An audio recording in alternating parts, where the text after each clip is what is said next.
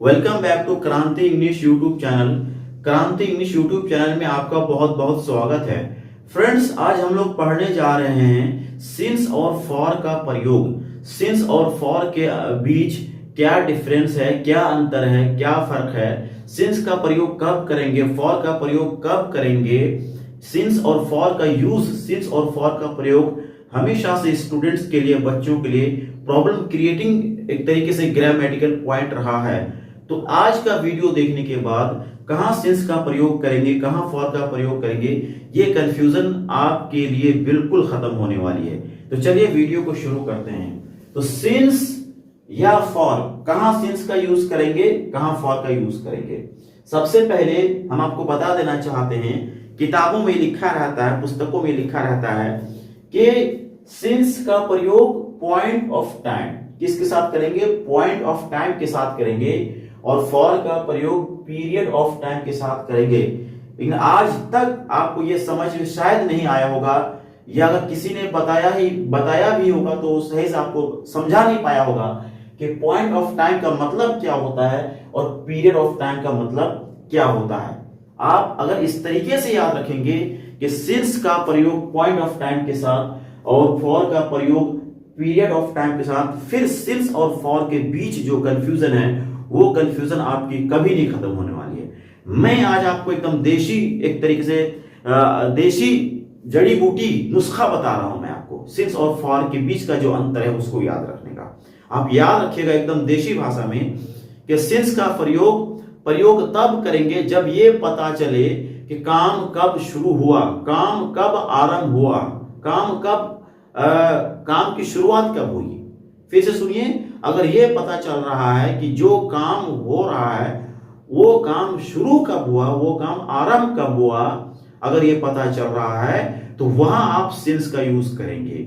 उसी को हम लोग बोलते हैं स्टार्ट ऑफ द पीरियड। हमने लिख रखा है start of the period. Start का मतलब क्या होता है, शुरुआत, ठीक है, मतलब कि काम कब चालू हुआ, when did the action begin, ठीक है। अगर ये पता चल रहा है कि काम कब चालू हुआ तो हम सिंस का प्रयोग करेंगे। लेकिन अगर ये पता नहीं चल रहा है कि काम कब चालू हुआ तो आप वहां क्या करेंगे, फॉर का प्रयोग करेंगे, फॉर का यूज करेंगे। आइए हम पहले कुछ एग्जाम्पल को समझते हैं, फिर आपका जो कंफ्यूजन है वो खत्म होने वाला है। आज इस बात की गारंटी है कि सिंस और फॉर के बीच का जो अंतर है, जो कंफ्यूजन है, वो आपका खत्म होने वाला है। पहले कुछ एग्जाम्पल के थ्रू समझ लेते हैं। हमने लिख रखा है कि he has been teaching since 2016। वह कब से पढ़ा रहा है, 2016 से पढ़ा रहा है।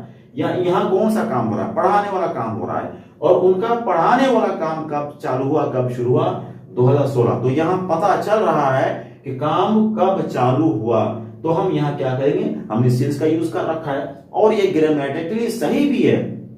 अगर आप यहाँ फॉर का यूज करेंगे, अगर आपने यहाँ फॉर का यूज कर दिया तो फिर वो इंग्लिश ग्रामर के लिहाज से गलत हो जाएगा। इंग्लिश ग्रामर आपको इस बात की इजाजत नहीं देता है कि जहां ये पता चल रहा है कि काम कब चालू हुआ, आप वहां फॉर का प्रयोग नहीं करेंगे। हमने एक एग्जांपल और कुछ एग्जांपल देखिए। She has been dancing since 6 o'clock। वह कब से नाच रही है, 6 बजे से नाच रही है। यहाँ कौन सा काम हो रहा है, नाचने वाला काम हो रहा है। नाचने वाला काम कब चालू हुआ भैया, 6 बजे से पता चल रहा है। कै बजे से, 6 बजे से ये पता चल रहा है कि उनका नाचने वाला काम 6 बजे शुरू हुआ है। तो फिर यहाँ सिंस का यूज हमने कर रखा, वो एकदम ग्रामेटिकली सही है। अगर आप यहाँ फॉर का यूज करेंगे तो फिर ग्रामेटिकली गलत हो जाएगा। एक एग्जांपल और देखिए, I have been teaching since March. मैं कब से पढ़ा रहा हूं, मार्च महीने से पढ़ा रहा हूं। तो यहाँ कौन सा काम हो रहा है, पढ़ाने वाला काम हो रहा है। मेरा पढ़ाने वाला काम कब चालू हुआ, मार्च से। क्लियर है कि पता चल रहा है कि काम कब चालू हुआ। हमने यहाँ सिंस का यूज कर रखा है। अगर आप यहाँ फॉर का यूज करेंगे तो वो ग्रामेटिकली क्या हो जाएगा, गलत हो जाएगा। अब कुछ फॉर वाले एग्जांपल देखिए। They have been playing for 5 hours। कब से वो लोग खेल रहे हैं भैया, 5 घंटे से। 5 घंटे से खेल रहे हैं, फॉर का यूज कर रखा हमने। यहां ये पता नहीं चल रहा है कि उनका खेलने वाला काम कब चालू हुआ, कब शुरू हुआ, इसलिए यहाँ फॉर का प्रयोग किया गया, फॉर का यूज किया गया। अगर आप यहाँ सिंस का यूज कर दिया आपने गलती से भी तो ये फिर गलत हो जाएगा। क्यों, पता ही नहीं चल रहा उनको खेलने वाला कब कब चालू हुआ।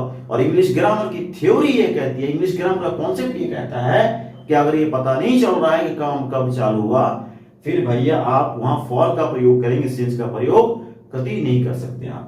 एग्जाम्पल और देखिए, Rahul has been doing this for 6 month. ऐसा वो कब से कर रहा है भैया? 6 महीने से। उनका ऐसा करने वाला काम कब चालू हुआ ये पता नहीं चल रहा है, बस करते हुए कितने महीने हो गए ये पता चला। तो कोई काम करते हुए कितने महीने हो गए, कितने साल हो गए, है ना, वहां आप सिंस का प्रयोग नहीं कर पाएंगे। पता लिटरल वर्ड से पता चलना चाहिए कि कब से। जनवरी में शुरू हुआ, 2016 में चालू हुआ, ठीक है, मंडे को चालू हुआ, ठीक है, होली बकरीद में चालू हुआ, तो ये पता चलना चाहिए कि काम कब चालू हुआ। तो यहाँ पता नहीं चल रहा है कि वो कब से ऐसा कर रहा है, ठीक है, ये काम इसका कब चालू हुआ, करने वाला काम कब चालू हुआ ये पता नहीं चल रहा है, इसलिए यहाँ फॉर का यूज सही है ग्रामेटिकली।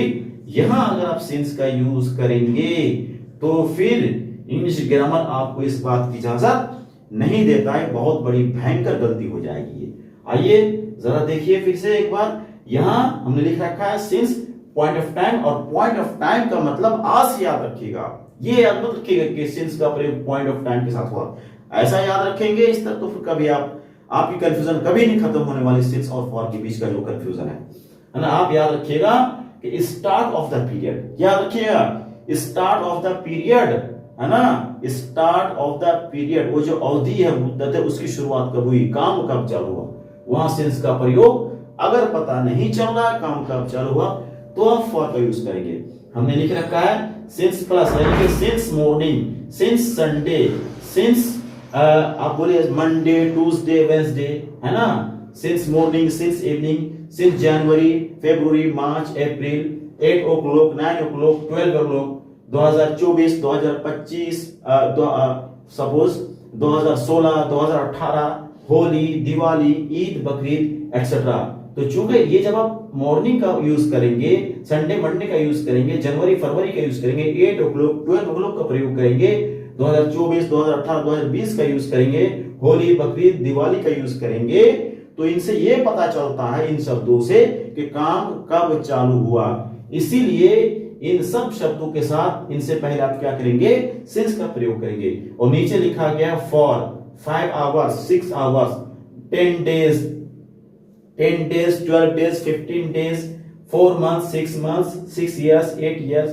क्योंकि जब आप इन शब्दों का प्रयोग करते हैं, आवर है, डे है, मंथ है, ईयर है एक्सेट्रा, तो इन शब्दों से ये पता नहीं चलता है कि काम कब चालू हुआ। इन शब्दों से स्टार्ट ऑफ द पीरियड का पता नहीं चलता। जब स्टार्ट ऑफ द पीरियड का पता नहीं चलता, ये पता नहीं चलता है कि काम कब चालू हुआ, काम कब आरंभ हुआ, काम कब शुरू हुआ, फिर इन शब्दों के साथ आप क्या करेंगे, फॉर का यूज करेंगे। तो हम उम्मीद करते हैं कि सिंस और फॉर के बीच का जो कंफ्यूजन है वो आपका खत्म हो गया होगा। फिर से मैं आपको बता रहा हूं, एक बार याद रखिएगा, आज के बाद आप ये भूल जाइए पॉइंट ऑफ टाइम और पीरियड ऑफ टाइम, ये आप भूल जाइए। अगर आप ऐसे याद रखेंगे तो फिर कभी नहीं आपकी कंफ्यूजन खत्म होने वाली।